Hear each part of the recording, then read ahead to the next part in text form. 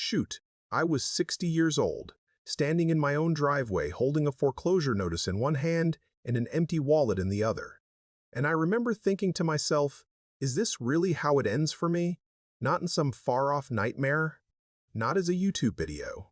Not as a YouTube video. Not as some crossed concrete driveway where I taught my son to ride his bike 20-some years ago. Everything I had worked for, everything I had sacrificed for, every early morning and every late night and every missed birthday party and every vacation we said we'd take next year, all of it gone, just like that. And the worst part? The part that kept me up every single night staring at that ceiling was that I had no idea how I was going to take even one step forward from where I was standing. But here's what I need you to know before we go any further. I did take that step, and then another one, and then another one after that.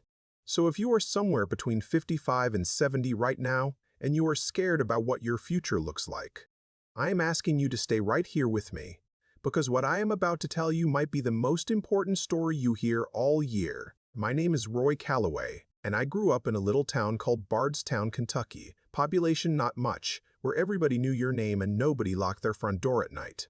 My daddy was a coal miner, and my mama worked the lunch counter at the local diner, and between the two of them they raised 4 kids in a house with 1 bathroom and more love than we knew what to do with. We didn't have much but shoot. Nobody around us had much either, so it never felt like anything was missing. I was the second oldest, and from the time I was about 14 years old, I was working odd jobs, cutting grass, hauling hay, stocking shelves at the hardware store, because that was just what you did in our family. You worked. You contributed. You pulled your weight. That was the code we lived by, and I carried it with me every single day of my adult life. I got my first real job at 22 working for a mid-sized construction company out of Louisville. Started at the very bottom, mixing concrete, carrying lumber, doing whatever needed doing without complaining. I was good with my hands, and I was reliable. And those two things will take a man a long way in this world.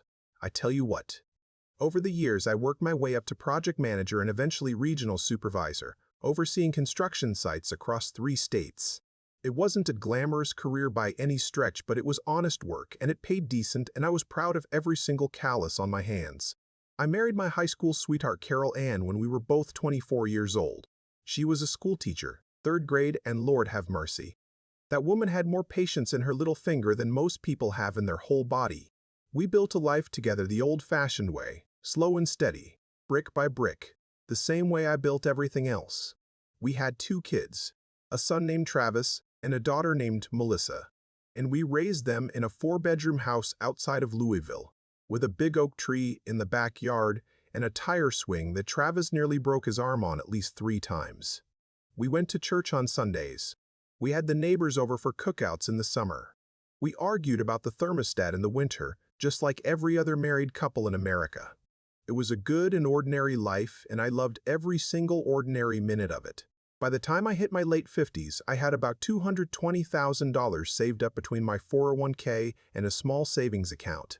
It wasn't a fortune, but Carol Ann and I figured with Social Security on top of that we could make it work just fine. We had a plan. A real solid, honest plan. And I believed in that plan the way I believed in everything else I had ever built with these 2 hands. I had absolutely no idea that in just a matter of months that plan would be nothing but a pile of dust. And I would be standing in my own driveway wondering how a man starts completely over at 60 years old. I tell you what, if I close my eyes right now, I can still see it clear as day. Sunday afternoon, late August, the kind of day where the air smells like cut grass and charcoal, and everything feels slow and golden and just exactly right. Carol Ann is out on the back porch, shucking corn and humming something to herself the way she always did when she was happy. Travis and his wife are sitting in the lawn chairs with cold drinks in their hands laughing about something I missed. Melissa's kids, my 2 grandkids, little Cooper who was 7, and sweet Emma who was 5, are running through the sprinkler in the backyard screaming their heads off, and not a single one of us has a care in the world. I am standing at that grill with my apron on, the one that says, "World's okayest chef" that Travis gave me as a joke one Father's Day, and I am thinking to myself, this right here is what it is all about. Not the money, not the title on the business card. This. Right here. This exact moment. Carol Ann and I used to talk about retirement the way some people talk about heaven. Not a faraway impossible dream, but a real place we were actually going to get to someday, if we just kept doing the right things. We had it mapped out pretty good too. I was going to retire at 62, maybe 63 at the latest. We were going to sell the Louisville house. It was too big for just the two of us anyway, and buy a smaller place down near Elizabethtown where Carol Ann grew up. Something with a porch and a little land, maybe a creek nearby if we got lucky. I had this vision of mornings where I woke up without an alarm clock for the first time in 40 years and just sat on that porch with my coffee and listened to nothing. Just pure quiet. After a lifetime of job sites and deadlines and ringing phones, the idea of pure quiet felt like the most luxurious thing imaginable. We were going to travel a little too. Nothing too crazy, we weren't the fancy cruise ship type. But Carol Ann had always wanted to see the Smoky Mountains in the fall when the leaves change, and I had always wanted to drive the Blue Ridge Parkway end to end in my old truck, with nowhere to be and no schedule to keep. We talked about that drive so many times I could almost feel the steering wheel in my hands, and the mountain air coming through the window. And the grandkids, Lord have mercy. The grandkids were the biggest part of the dream. I was going to be the grandpa who showed up. The one who took Cooper fishing every summer and taught him how to bait a hook, and how to be still and patient, and how to appreciate the quiet. I was going to be at every single one of Emma's dance recitals and school plays and soccer games. I had missed too much of my own kids growing up because I was always working, always traveling, always on the next job site in the next city. Retirement was my second chance to get that right. Carol Ann and I even started looking at houses online on Sunday evenings. We had a little folder on the computer where we saved the ones we liked. We never told anybody about that folder. It was just ours. Our little private dream sitting there waiting for us. I reckon that folder on that computer is still there somewhere, and I cannot bring myself to open it even now. Because everything that was in that folder, everything we planned and saved for and dreamed about on those Sunday evenings, was about to get ripped away from us in a way that neither one of us ever saw coming. Not in a million years. It started with what I thought was just a rough patch at work. The company had brought in a new regional director, younger fella named Garrett, fresh out of some business school up north. Never worked a real job site a day in his life, but boy did he have opinions about everything. From the minute he walked in, I could feel the air change. He wanted everything done his way. New systems, new software, new reporting structures that made zero sense to anybody who actually understood how construction worked. I had been doing this job for 38 years, and suddenly I was being asked to justify every single decision I made to a 34-year-old who had never once poured a concrete foundation. I kept my head down. I did my job. I told myself it would pass. It did not pass. In February of that year, Garrett called me into his office on a Thursday afternoon and told me that the company was going in a new direction and that my position was being eliminated. Just like that. 38 years. Gone in one Thursday afternoon conversation with a man young enough to be my son. I drove home in a kind of fog that I cannot fully explain to you. It was not like normal shock where your heart races and your hands shake. It was more like everything went very quiet and very slow, like the world had turned down its own volume. I pulled into the driveway and sat in my truck for a long time before I went inside. Carol Ann knew something was wrong the second she looked at my face. She sat down across from me at the kitchen table, and I told her everything, and she reached across and held my hand and said, "Roy, we are gonna be all right." And I believed her. I believed her because Carol Ann had never once told me something that was not true. But here is where the story takes the turn that I still have trouble talking about even now. 3 weeks after I lost my job, Carol Ann started complaining about headaches. Bad ones. The kind that made her have to lie down in a dark room for hours. We figured it was stress. Lord knows we had enough of it. But the headaches got worse, and then one morning, I found her sitting at the kitchen table at 5 a.m., holding her head in both hands and crying quietly. And Carol Ann was not a woman who cried easy. I took her to the doctor that same morning, and they sent us for scans, and I sat in that waiting room for 2.5 hours, staring at a muted television on the wall and telling myself over and over that it was nothing, just migraines, probably just tension. She was going to be fine. The doctor came out and asked us to come into a private room, and the second he said, "Private room," I felt something drop in my chest like a stone dropping into deep water. It was a brain tumor. Not the kind that gives you time, the aggressive kind. The kind that moves fast and takes no prisoners and does not care one bit about your retirement plans or your folder full of dream houses or the Blue Ridge Parkway drive you have been promising your wife for 15 years. The world did not just change that day, it shattered. Every single piece of the future I had built in my mind, every single image of those Sunday mornings on the porch with my coffee and the quiet, every single fishing trip with Cooper and dance recital with Emma, every single thing went dark all at once like somebody had thrown a breaker switch on my entire life. Carol Ann fought hard. She was the strongest person I have ever known, and she fought that thing with everything she had. But the medical bills came fast, and they came enormous, and the $220,000 that was supposed to carry us through the rest of our lives started disappearing into hospital invoices and medication costs and specialist appointments with a speed that knocked the wind clean out of me. And then 14 months after that diagnosis, on a quiet Tuesday morning in April with the spring birds singing outside the window like nothing in the world was wrong, Carol Ann passed away. And I was 60 years old, completely alone, completely broke, and I had absolutely no idea who I was without her. The first month after Carol Ann passed, I do not remember very clearly, and I think that is probably a mercy from God.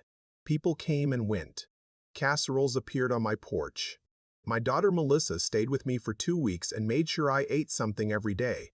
Travis called every night at 8 o'clock on the dot. The church folks were kind. Everybody was kind. But kindness, as much as I needed it and as grateful as I was for it, does not pay a mortgage. And about 6 weeks after we buried Carol Ann, I sat down at the kitchen table one evening with a yellow legal pad and a pen, and I wrote down every single number, what was left in the bank, what I owed on the house, what the monthly bills came to, what I had left in the 401k after everything we had spent on Carol Ann's treatment. I wrote it all down in my neat, careful handwriting, the same handwriting I had used on job site reports for 38 years, because somehow writing it neat and careful made me feel like I still had some control over something. When I added it all up, I just sat there and stared at that yellow legal pad for a long time. The number staring back at me was not zero, but it was close enough to zero that the difference did not matter much. The savings were gone. The 401k had about $31,000 left in it. The mortgage had 9 more years on it with payments I could not make without a job. And I was 60 years old with no wife, no income, no pension, and a body that had been running hard for 4 decades and was starting to show every single mile. I tell you what, shame is a funny thing. It does not announce itself. It just quietly moves in like a cold draft under a door, and before you know it, the whole house is cold, and you cannot remember what warm felt like. I stopped answering the phone. Not because I did not love the people calling, but because every conversation required me to say I am fine, and I was so tired of saying I am fine, when I was the furthest thing from fine that a human being could possibly be. I stopped going to the hardware store on Saturday mornings, something I had done my whole adult life, just walking the aisles, looking at things, talking to whoever I ran into. I stopped going because I did not want to run into anyone who would ask me how I was doing. I ate cereal for dinner more nights than I want to admit. Not because there was nothing else, but because opening the refrigerator and cooking a real meal for one person in the kitchen, where Carol Ann had cooked 10,000 meals, felt like more than I could handle on most evenings. I would sit in my recliner in the living room with the television on, but not really watching it, just needing the noise so the house did not feel so empty, and I would look over at her chair, the small blue one by the window where she used to sit and read in the evenings, and some nights the sight of that empty chair hit me so hard I could not breathe right for a few minutes. I was not just broke. I was hollowed out, and I want to be honest with you about something because I think it matters, and I think some of you watching this right now will understand exactly what I mean. There were a few nights during that time where I sat in my truck in the dark garage and I thought that scared me. Not plans, just dark thoughts that creep in when a man is alone and exhausted and cannot see any road forward from where he is sitting. I am telling you that because I want you to know that if you have ever sat somewhere in the dark and felt that kind of emptiness, you are not weak, and you are not broken, and you are not alone. I was right there with you. And somehow, by the grace of God and one very unexpected phone call, I found my way back to the light.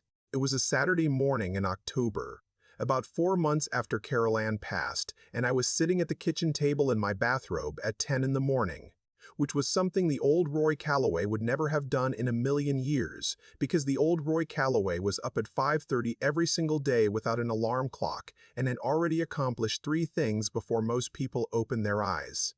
But that morning, I was just sitting there with cold coffee and that hollow feeling that had become my constant companion, staring out the window at the backyard where the leaves were coming down off the big oak tree and piling up on the grass. Carol Ann always loved the fall leaves. She used to make me rake them into big piles just so she could walk through them and hear them crunch. I had not raked a single leaf since she passed, and the yard looked like I felt neglected and tired and like nobody was really taking care of it anymore. The phone rang and I almost did not answer it. I had gotten real good at not answering the phone by that point. But something made me pick it up, and it was my old buddy Gene Puckett, who I had worked with back in my early construction days and had not spoken to in probably 3 years. Gene did not call to check on me or give me condolences. He had already done that at the funeral. He called because he said, "Roy, I have been thinking about you, and I want to take you to breakfast, and I am not taking no for an answer, so get dressed." I almost said no anyway. I had a whole speech ready about not being good company and needing some time and all the other things we say when we are hiding from the world. But something in Gene's voice, something steady and no nonsense and familiar, made me put that speech away. I said, "All right, Gene, give me 20 minutes. We went to a little diner about 2 miles from my house, the kind of place with vinyl booths and coffee that comes in a pot that never seems to empty and a waitress who calls everybody honey. We sat across from each other and Gene let me talk. He did not interrupt. He did not try to fix anything. He did not tell me it was going to be okay. He just listened the way a real friend listens, with his whole self, looking right at me, nodding slow. When I finally ran out of words, he was quiet for a minute, and then he said, "Roy, I went through something like this 6 years ago when Margaret left and I lost my job in the same year." And I said, "Gene, I never knew that," and he said, "I know, because I did not tell anybody, same as you." And right there something cracked open just a little bit inside my chest, not in a painful way, in a releasing way, like a window opening in a room that had been shut up too long. Gene told me about a financial counselor he had seen through a nonprofit organization that helped seniors in financial crisis completely free of charge. He told me about programs he had found that he never knew existed until he was desperate enough to look. He told me about how he had restructured his whole life at 58 years old and come out the other side, not rich, but steady and at peace. And then he looked at me across that table with that direct, no-nonsense Gene Puckett look, and he said the thing that I have thought about almost every day since. He said, "Roy, you spent 40 years building things for other people. It is time to build something for yourself." I drove home from that diner a different man than the one who had left, not fixed, not healed, not even close to having any answers yet. But something had shifted. That tiny crack of light that had opened up in my chest at that diner table, I decided I was going to follow it, no matter where it led, no matter how hard it got. I was going to follow that light. And that decision, made on a Saturday morning over bad diner coffee with an old friend I almost did not answer the phone for, turned out to be the decision that saved my life. The first thing I did on the Monday morning after that breakfast with Gene was get up at 5:30. I know that sounds simple, but after 4 months of sitting in my bathrobe until noon that felt like climbing a mountain, I shaved. I put on real clothes. I made a fresh pot of coffee, and I sat down at the kitchen table with that same yellow legal pad, and instead of writing down everything I owed, I wrote down everything I was going to do, one thing at a time. No looking at the whole mountain. Just the next step right in front of my feet. The first call I made was to the nonprofit organization Gene had told me about. It was called a Senior Financial Counseling Center, and I want every single person watching this to know that these places exist in almost every county in America, and most people have never heard of them because nobody tells you about them until you are desperate enough to go looking. The woman I spoke to was named Patricia, and she was patient and kind, and she did not make me feel 1 ounce of shame for the situation I was in. She went through everything with me line by line, and the first thing she told me was that I was leaving money on the table by not yet filing for Social Security. Now, I had always planned to wait until 67 to file so I could get my full benefit. But Patricia sat me down with the real numbers and showed me that in my situation, with no income and savings nearly gone, waiting was a luxury I simply could not afford. I filed for Social Security at 60, And yes, my monthly benefit was reduced compared to what it would have been at 67. But that check, coming in every single month, changed the entire feeling of my situation overnight. It was not a fortune, but it was a foundation.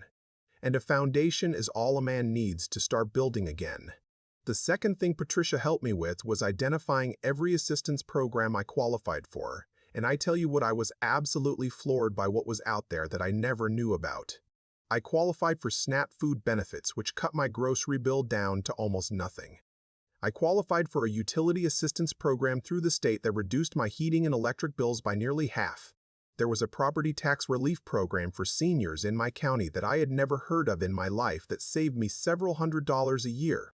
I had been leaving all of this money on the table for months because I was too proud and too uninformed to go looking for it. Pride is expensive, friend.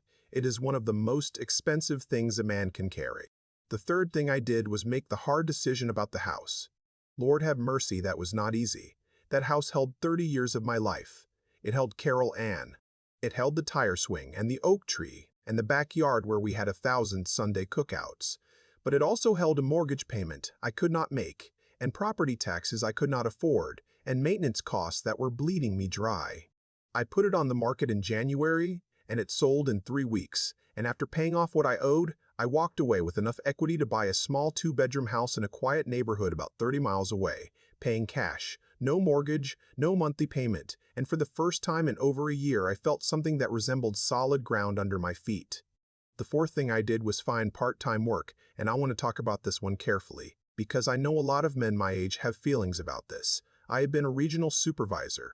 I had managed multi-million-dollar projects. And now I was applying for part-time work at a local hardware store. There was a moment, standing in that store filling out the application, where the old pride reared its head and whispered something ugly in my ear about how far I had fallen. I told that voice to hush up and I handed in the application. They hired me 3 days later and I worked there 20 hours a week, and I want to tell you something honest. It turned out to be one of the best things that ever happened to me. I was around people again. I was useful again. Customers would come in with problems, and I could help them solve those problems. And at the end of a shift, I drove home tired in a good way, the way you feel when you have actually done something with your day.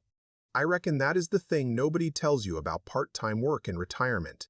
It is not just about the money. It is about having a reason to get up and get dressed and go out into the world and feel like you still matter. And friend, at 60 years old, after everything I'd been through, feeling like I still mattered was worth more than any paycheck. It is a Tuesday morning as I sit here thinking about how to tell you what my life looks like now. And the first thing I want to say is that it looks nothing like what I planned and everything like what I needed. I wake up around 6 most mornings, not because an alarm tells me to, but because my body has been doing it for 60 years and old habits die hard. And the first thing I do is make a pot of coffee and take it out to the front porch of my little 2-bedroom house and just sit. No phone, no television, no agenda, just me in the morning and whatever birds decide to show up, and I tell you what, those 20 minutes on that porch every single morning are worth more to me now than anything I owned in my old life. The house is small, smaller than anything I ever imagined myself living in after 40 years of hard work. But it is paid for, and it is mine, and there is not a single bill attached to it that keeps me up at night. And after everything I went through, sleeping through the night feels like the greatest luxury on the face of this earth. I still work at the hardware store 3 mornings a week. I am not doing it because I have to anymore. My Social Security and my low expenses have gotten me to a place where I could technically get by without it. But I keep doing it because I want to. Because Dave at the register makes me laugh every single morning without fail. Because the regulars know my name and ask my opinion and treat me like I know what I am talking about, which after 38 years in construction I reckon I do. Because it gives my week a shape and a rhythm and a reason. And I have learned that those things matter more than most people realize until they do not have them anymore. Travis comes down with his family every couple of months, and we watch football and eat too much, and argue about the game the way fathers and sons have been doing since football was invented. Melissa calls me every Sunday evening without fail, and we talk for an hour about everything and nothing, and I live for those phone calls in a way I probably would not have admitted out loud when I was busy and distracted and always on to the next thing. And Cooper, my grandson, Lord have mercy that boy. He is 10 years old now, and last summer I took him fishing for 3 days at a little lake about an hour from my house, just the two of us. Worms and bobbers and sandwiches and absolutely nowhere else to be. On the second morning he caught a bass big enough to make him jump up and nearly tip the boat. And the look on his face, that pure, undiluted joy of a 10-year-old boy holding up his fish like he had just won the Super Bowl, I will carry that image with me for the rest of my life. That right there is what I almost lost. Not the house, not the money, not the retirement plan. That moment with my grandson on that lake, on that quiet morning, that is what was at stake. And I'm all worked the lunch counter at the local diner, and pride keep me from ever getting there. I think about Carol Ann every single day. I talk to her sometimes when the house is quiet, which I know might sound strange to some of you, but I reckon a few of you understand exactly what I mean. I told her about the fishing trip. I told her Cooper caught a big one. I like to think she heard me. The fear is gone, friend. Not the grief. The grief will always be there, and I have made my peace with that. But the fear, that 2 in the morning chest-tightening ceiling staring kind of fear, that is gone. And in its place is something quiet and steady and real. I reckon you could call it peace. Now I want to step away from my story for just a minute and talk straight to you. Not as a man telling his tale, not as a video on a screen, but as one real human being to another who I reckon has been sitting there watching this because something in your own life made you click on it in the first place, and that something matters. Maybe you are 60 years old and you just got laid off and you are sitting there wondering if your working life is over. Maybe you are 65 and the savings you thought would carry you are running out faster than you planned. Maybe you lost your spouse, and along with losing them, you lost a whole vision of what your future was supposed to look like.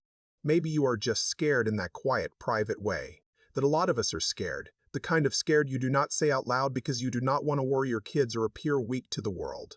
I see you.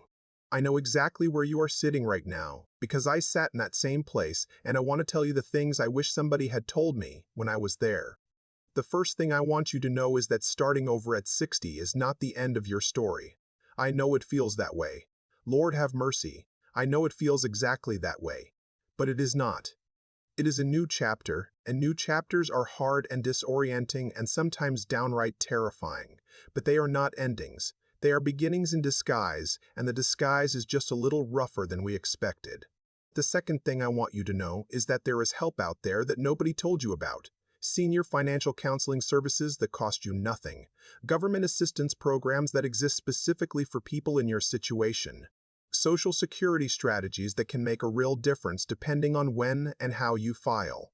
Property tax relief programs, utility assistance, food assistance. None of these things are charity in the shameful sense of that word. They are programs built by this country for people who work their whole lives and hit a rough patch and need a hand up. You paid into this system for 40 years. There is no shame whatsoever in using what you earned. The third thing I want you to know is that pride will cost you more than you can afford. I say that with love, and I say it because I lived it. I spent months drowning quietly because I was too proud to reach out and too ashamed to ask for help, and all it did was make everything harder and longer and more painful than it needed to be. Put the pride down, friend. Just set it right down on the ground and leave it there. It will not serve you where you are going. The fourth thing I want you to say is find your Gene Puckett.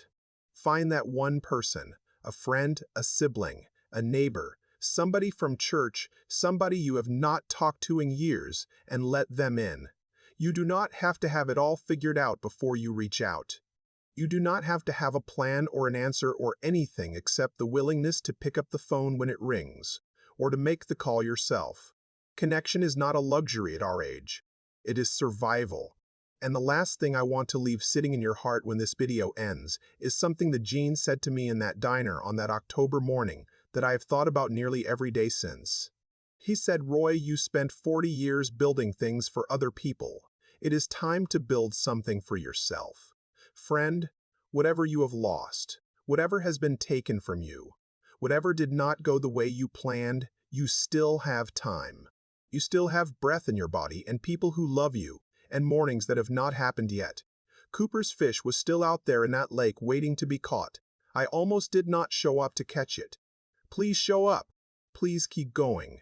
The best chapter of your life might be the one you have not started writing yet. Well, friend, that is Roy Calloway's story, and every single word of it is real and honest and from the heart.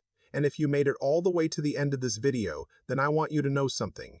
You are not the kind of person who gives up easy. You are the kind of person who keeps watching and keeps listening and keeps looking for a way forward, and that right there tells me everything I need to know about you. So here is what I am asking you to do right now. If this story meant something to you, if it hit you somewhere deep, if you found yourself nodding along or maybe wiping your eyes a little at some point, go ahead and hit that like button right now.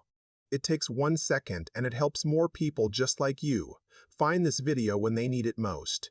And if you are not subscribed yet, please hit that subscribe button, because we tell real stories here, honest American stories about real people navigating the hardest chapters of their lives, and there is so much more coming that I think you are going to want to hear.